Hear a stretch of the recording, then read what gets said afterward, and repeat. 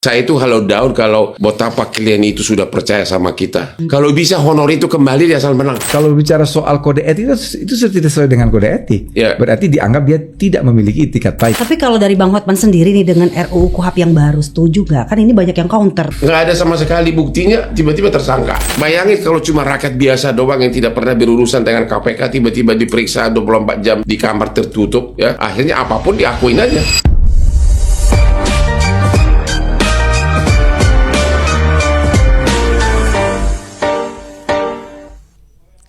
Halo, apa kabar Anda hari ini? Semoga selalu sehat, tetap semangat, dan bahagia. Senang sekali saya Dian Mirza kembali hadir menjumpai Anda di WhatsApp Waktunya Hukum Menyapa, podcast resmi Kementerian Hukum Republik Indonesia yang inspiratif, aktual, dan mendalam. Dan episode kali ini kita kedatangan tamu yang super istimewa. Dia adalah seorang advokat, tajir, terkenal, kurang apa coba, dan selalu tampil bling-bling. Siapa lagi kalau bukan Bang Hotman? Apa kabar? Oke, I'm okay. Oke, terima kasih loh sudah mampir ke sini. You're welcome. Dan satu lagi yang tak kalah hebat pastinya ya, seorang prof muda. Dia juga humble, perfeksionis, dan hobi tenis lapangan. Halo, Prof Edi. Halo, Mbak. Oke, hari ini kita sebelum bahas ke intinya ya, nih Bang Hotman, pasti kan banyak nih yang penasaran gitu, gimana sih rasanya jadi Hotman Paris? Udah tajir, kaya raya, terkenal. You have everything. Gimana ya? Orang kan tidak tahu bahwa itu perjuangan yang sangat lama. Saya sudah jadi pengacara 43 tahun. Walaupun saya secara biologis umur 30 sekarang. Secara KTP udah parah. Saya mulai praktik hukum tahun 82. Ya, termasuk 20 tahun di law firm internasional di Makarim Taira, 4 tahun di Australia. Jadi itu adalah proses yang lama, sehingga sekarang saya nikmati karena apa? Ternyata kalau kita sudah punya legal minds, apalagi saya itu ada bakat dari kandungan ibu, itu namanya di kalangan lawyer disebutkan out of the box thinking. Di dalam hitungan menit kita bisa manuver begitu di sidang tanpa harus baca buku dulu. Makanya banyak orang Batak sukses jadi pengacara. Bisa aja. Tapi seorang Hotman nih ya, kan kelihatannya selalu ya apa ya, you have good vibes. Energi abang tuh setiap masuk ke ruangan tuh kita berasa gitu optimisnya gitu, energinya. Pernah nggak sih seorang Hotman tuh ngerasa down atau ketika ngedampingin mungkin ya klien yang posisinya rawan dihujat publik? Saya tidak peduli opini. Saya baru down itu kalau saya sudah tahu klien saya bakal kalah, because kita udah senior, I can feel that. Kalau sudah di kesaksian, pertanyaan hakim itu sudah mulai mengarah yang konflik dengan kepentingan kita, saya selalu bilang akan pasti kalah.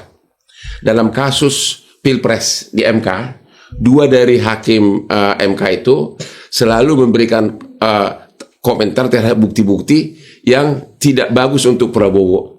Saya bilang itu pasti nanti keputusannya akan akhirnya disenting. Bahkan saya pernah mau diusir sama dia dari sidang. Jadi kita itu kalau sudah pengalaman, kita langsung tahu arah pertanyaannya itu kemana. Begitu ada bukti yang benar-benar penting yang menguntungkan klien kita, dia cuekin, itu berarti berarti dia hasilnya di pihak sana. Itu jadi itu ada juga pengalaman. Makanya pengacara itu kan bukan hanya gelar, ya, tapi juga jam terbang itu sangat perlu. Tapi beliau ini ya saya kagum gelar profesornya, tapi juga bahasa Inggris, bahasa Belanda hukumnya itu masih hafal. Aku paling benci bahasa Belanda. Terminologinya ya paling khas. Aku paling benci kalau ngomong ya.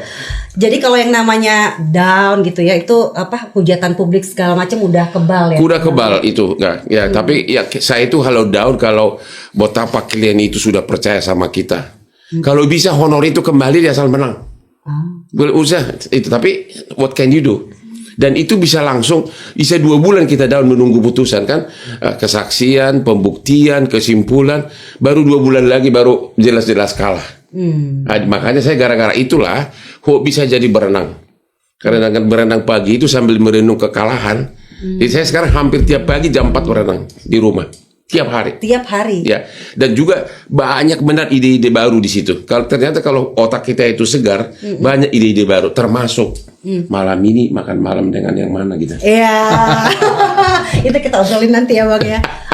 Bisa aja Bang, kalau misalnya kan tadi kan kita bicara soal kekebalan gitu ya. Ini yang lagi hangat nih, yang lagi diperbincangkan imunitas advokat RUU KUHP.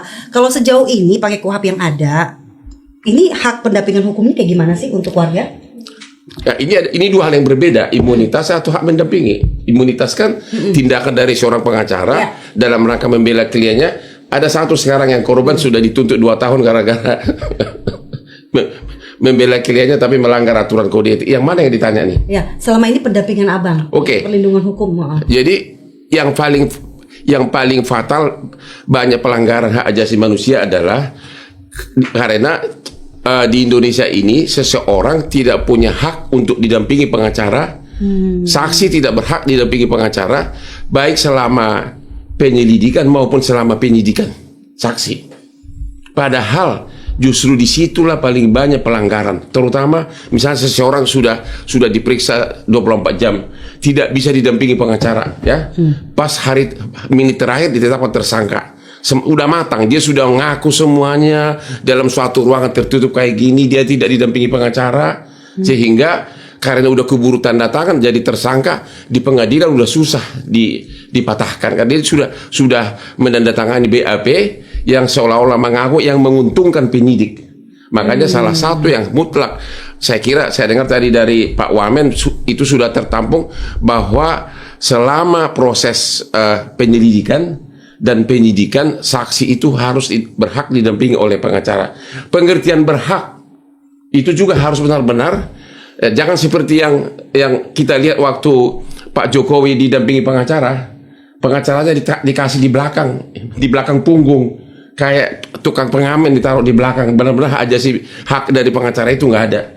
Pengertian berhak itu adalah setiap waktu apapun pertanyaan dari penyidik itu dan jawabannya, si terperiksa itu berhak konsultasi dan berdiskusi dengan kliennya, dengan pengacaranya. Tanggapannya silakan Prof Edi. Ya, kalau kita bicara dalam RUU KUHP yang baru ini memang ada keseimbangan ya. Jadi kita tahu memang kita bicara soal KUHP dimanapun di muka bumi ini, yang namanya Kitab Undang-Undang Hukum Acara Pidana itu adalah Ius Punendi. Ius Punendi itu adalah hak negara untuk memproses, menuntut, menghukum sampai melaksanakan pidana. Tetapi kita harus juga memberikan perlindungan terhadap hak asasi manusia. Karena filosofis hukum acara pidana itu bukan untuk memproses seorang pelaku tindak pidana, tetapi untuk mencegah kesewenang-wenangan aparat. Itu adalah filosofis hukum acara pidana. Oleh karena itu memang dalam batas-batas yang ditentukan oleh undang-undang, aparat berhak untuk bertindak. Tetapi ukurannya jelas. Di dalam RUU KUHP ini memang kita mengedepankan fungsi advokat.